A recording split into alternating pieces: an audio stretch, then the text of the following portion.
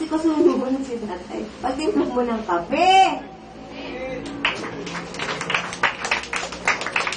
Ang tungkulin ng babae sa asawang lalaki, huwag niyong kalilimutan dahil sa labahin niyo. Dahil sa pag-aruga ng anak. Ibigay mo yung anak mo sa asawa mo at magtimpla ka ng kape sapagkat tungkulin mo yun bilang asawa. Sabihin ng lalaki, pagod na ako eh. Kunin mo muna si baby, pagtitimpla kita ng masarap na kape.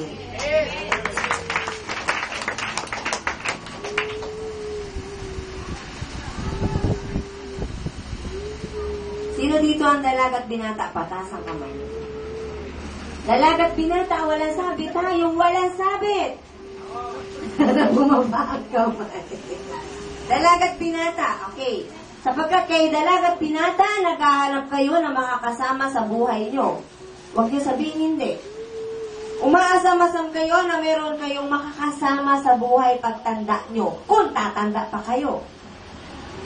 Ito, ang mensahe ng Espiritu ng Diyos. Palatandaan na magiging masaya ang tao kapag pareho kayo ng kasama mo. Kung salbahe ka, ang kunin mo ay salbahe. Para magbubugbugan kayo, okay lang, sapagkat bubugbugin mo din siya. Huwag kang kukuha ng mabait.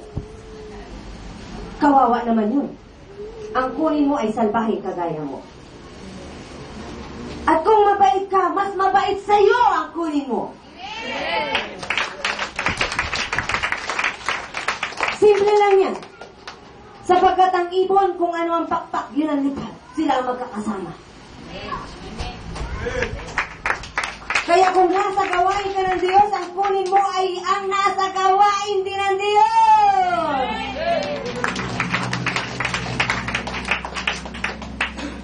At sigurado, magiging masaya ka habang buhay. Kaya kung wala pa kayong nakikita, dito nyo hanapin. Pero teka, meron ba rito? Maraming darating! At kung meron na kayo, karelasyon, isipin mo, siya ba yung sinasabi ng tinay? Na magiging masaya kami habang buhay? Anong klaseng tao ba siya? Alam ba niya ang salita ng Diyos? Tinanggap na ba niya ang Diyos? Kasama na ba niya ang Diyos? Kayo pa rin ang sasagot niya.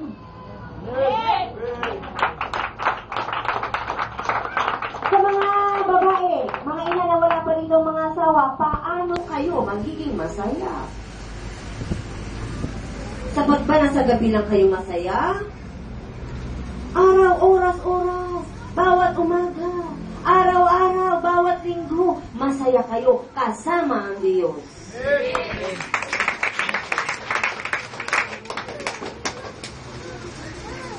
Tingnan niyo nga si Billy Toriana, kung anong ngiti meron siya. Ngayon, ayos lang. Ayos na ayos. Sapagkat ang puso niya ay laging nasa ayos. Kasama ang Diyos. Yan ang dapat ninyong alamin. Di ba, Kimberly? Gumigising ka ba ng 3 a.m.? Para sa Diyos? Para manalangin sa Diyos? Opo daw. Purihin ang Diyos. Gaano kabuti ang Diyos dito na pinago si Kimberly sapagkat ang 3 a.m. sa kanya, tatakbo siya sa computer shop nila para doon ay kausapin yung mga animator. Paano kung hindi dumating dito ang tinig? Ang buhay ni Kimberly ay gano'n na lamang. Wala na siyang mawawala ang pagiging tao niya. Purihin ang Diyos, may ngiti na si Kimberly. Ganyan kabuti ang Diyos. Kapag tinawag ka ng Espiritu ng Diyos, tatanggi ka ba? Hindi. Kapag tumanggi ka sa Espiritu ng Diyos, lagot ka. Kay Satanas, huhulihin ka. At kapag nahuli ka na ni Satanas, alipin ka na ni Satanas.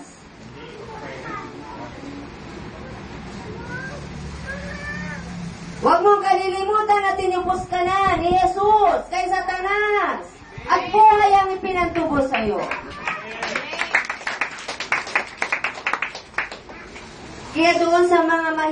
Tita pa, Sherwin, mayroon lang nais si tita mo na hindi mo nagagawa. Alamin mo kung ano yun.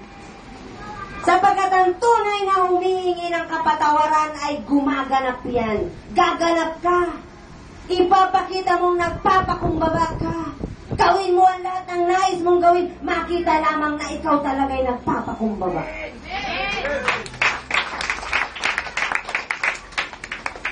Huwag mong titigasan.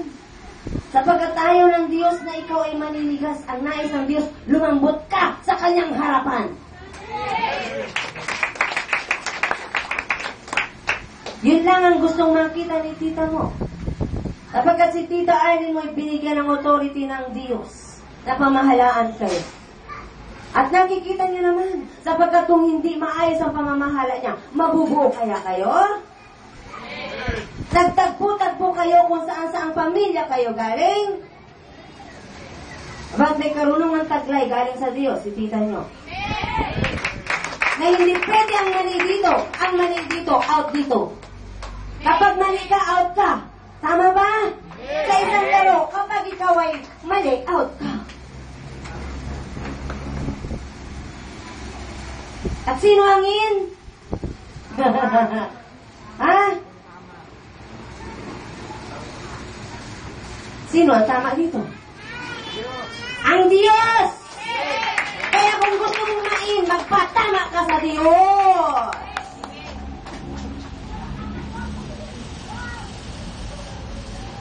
Kung hindi mo alam kung in or out ka, pakinggan mo ang salita ng Diyos, malalaman mo kung in or out ka. Ang magsasabi sa iyo ay ang salita ng Diyos na naririnig mo dito, hindi ang katabi mo. Sapagkat ang Diyos ang nakakaalam kung sino ka, saan ka lang galing. Ang sabi ng Diyos, anak, makinig kang mabuti. Tinatawag kita. Tama na yung kung saan ka pumupunta. Alam mo ba ang babae na kalaan para sa'yo? Hindi naman yung mga nagdaan sa buhay mo eh. Darating pa lang. Ang liwanag ng Diyos ang magbibigay sa inyo ng hinahanap nyo. Napagkat dati nasa dilim kayo, kaya pakapa lang kayo. At kapag hindi tama ang nakapa nyo, iiwan nyo. Dahil di nyo gusto.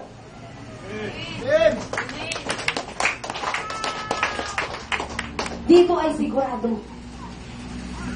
Wala ditong sinasabing medyo. Dito ay full. 100%. Walang half-half. Nasaan na si tatay ni Amor?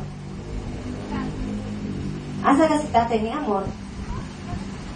Si tatay ni Amor, tuwing may gawain, hindi yan natatapos dito sa loob. Laging lumalabas yan, ha?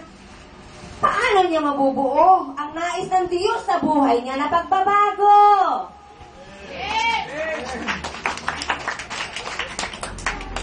Umpisa lang, okay yan. Pagpatapos na, nawawala na yan. Para suso, unti-unting umaalis. Dala yung bahaya niyang lumang buhay.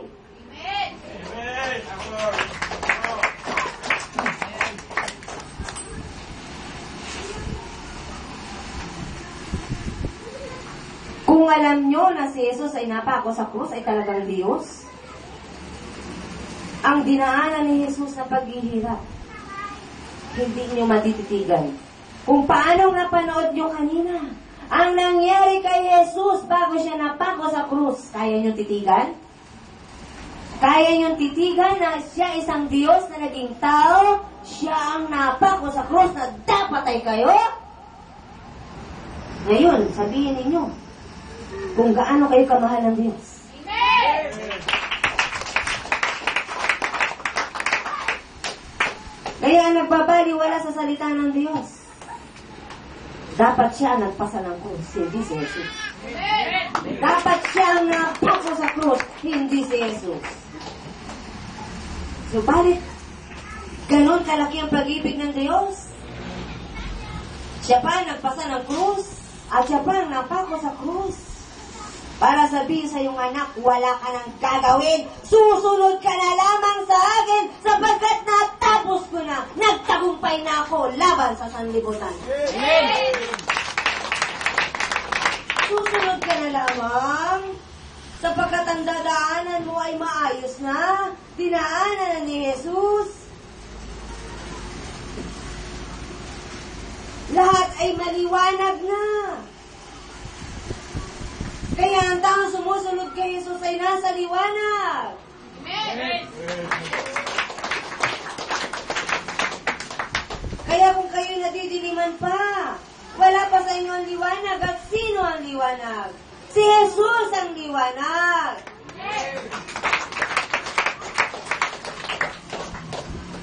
Kaya patuloy niyong hanapin si Jesus. Narinig niyo ngayon? Bumalik kayo. Hindi tao ang pupuntahan nyo, kundi ang Diyos na nagsasabi nga na tinawag kita dito para maliwanagan ka ng gusto. Amen.